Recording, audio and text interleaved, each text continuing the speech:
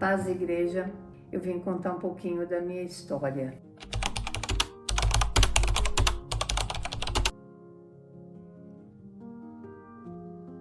O meu testemunho, meu e da minha mãe, né? Ela contou ao longo do tempo esse testemunho toda vez que ela vinha na igreja. Ela gostava muito de contar esse testemunho. Nasci numa cidade no Paraná e aí fomos morar num sítio.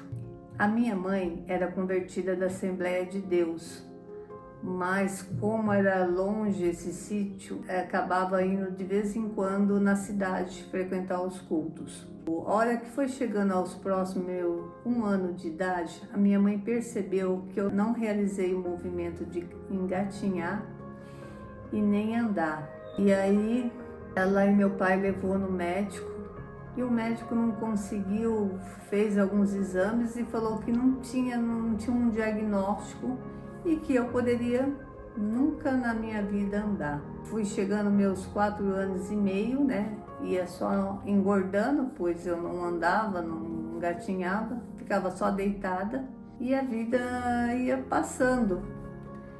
E um dia passou um carro de som no sítio falando que era para levar surdo, mudo, paralítico, que ia ter a Tenda dos Milagres da Igreja do Evangelho Quadrangular, que é chamada Cruzada de Evangelização na época.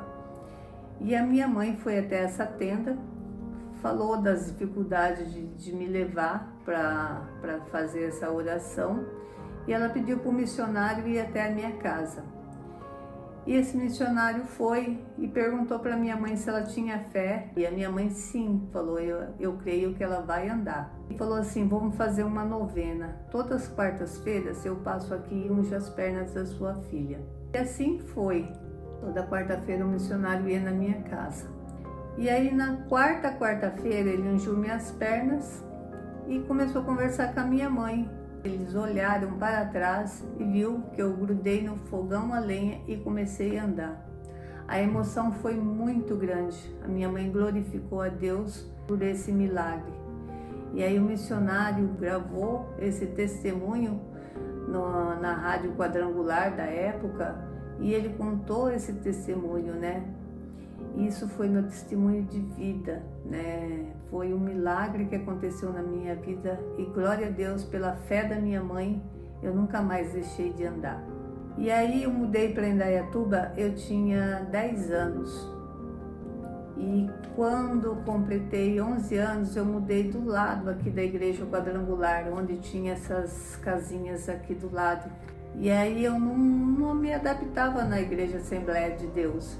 Aí eu pedi para minha mãe se eu poderia estar participando dos cultos na Quadrangular. E ela falou, ó, desde que serve a Deus, né, pode ir.